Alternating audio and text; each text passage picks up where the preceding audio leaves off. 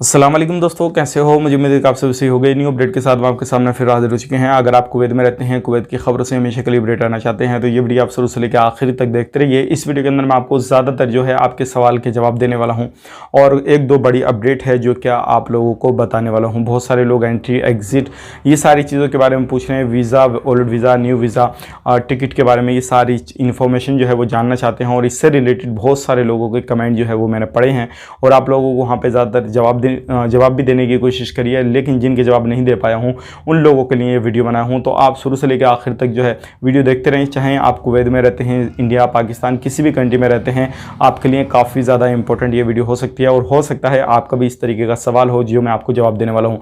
लेकिन उससे पहले मैं आपको बताना चाहूँगा, चैनल पर हमारे पहली बार आए, चैनल को सब्सक्राइब करें और साथ ही साथ बेल आइकन जरूर प्रेस कर दें ताकि हमेशा आपको इसी तरीके से अपडेट मिलती रहे और आप हमेशा हमारे साथ में जुड़े रहें। तो सबसे पहली अपडेट की तरफ बढ़ते हैं जो आप लोगों की तरफ से काफ़ी ज़्यादा सवाल पूछे जाने वाला ये है कि हमने जो है वैक्सीन सर्टिफिकेट अपलोड किए हुए एमओएच की वेबसाइट पे 20 से 25 दिन हो गए, 10 दिन हो गए, 15 दिन हो गए, 1 महीना हो गया, अभी तक कोई रिप्लाई नहीं आया है। तो क्या इसका कोई रिप्लाई आएगा या नहीं आएगा? हमें दोबारा से अपलोड तो नहीं करना पड़ेगा? सबसे ज़्यादा पूछे जाने वाला सवाल आप लोगों की तरफ से। तो देखिए, मैं आपको बताना चाहूँगा, अगर आपको कितना भी समय हो गया है तो अभी आपको घबराने की ज़रूरत नहीं है। जो टीम है हेड जो एमओएच की वेबसाइट पर, वो सारे जो आपकी सर्टिफिकेट वगैरह जो है वेरीफाई जब भी जो है आपको सिग्नल देती हैं और आपको मेल वगैरह आता है सारी चीज़ें, तब तक आपके सर्टिफिकेट वगैरह क्लियर तरीके से चेक नहीं किए जाएंगे। तो टाइम लग रहा है, कोई परेशानी नहीं है, लेकिन इस पे जो है काम किया जा रहा है और भी इसमें तेज़ी लाने के लिए। तो आप थोड़ा वेट और कीजिए, जल्दी ही आपको रिस्पॉन्स मिल जाएगा। घबराने की जरूरत नहीं है, दोबारा से सर्टिफिकेट अपलोड करने की जरूरत भी नहीं है।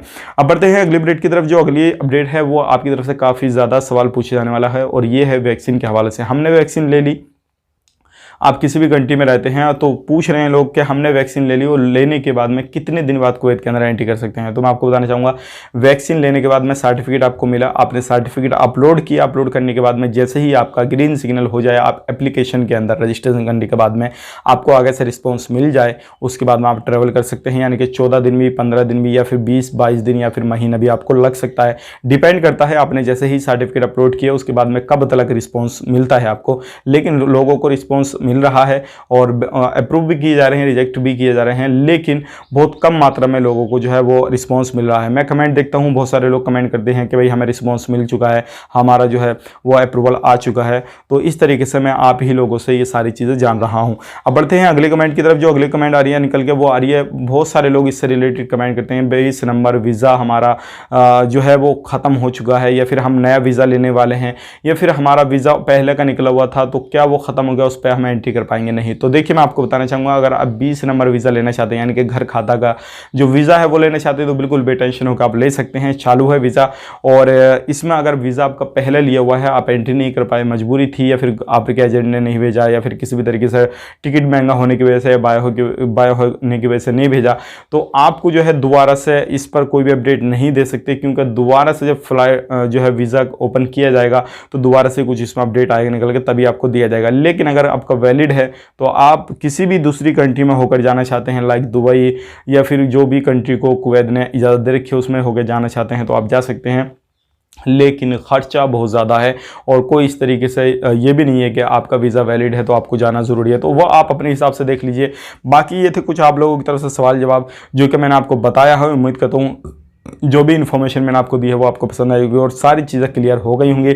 आप अब किसी भी तरीके से अगर आप इंडिया में रहते हैं और कुवैत में एंट्री करना चाहते हैं तो अभी आपको वेट करने से अलावा दूसरा काम नहीं है, क्योंकि अगर किसी भी दूसरी कंट्री में होकर जाएंगे तो टिकट के प्राइस जो है मैंने पहले वाली इससे वीडियो में बताया कि 300 गेडी से ज़्यादा हैं और लोगों को काफ़ी ज़्यादा प्रॉब्लम का सामना करना पड़ रहा है।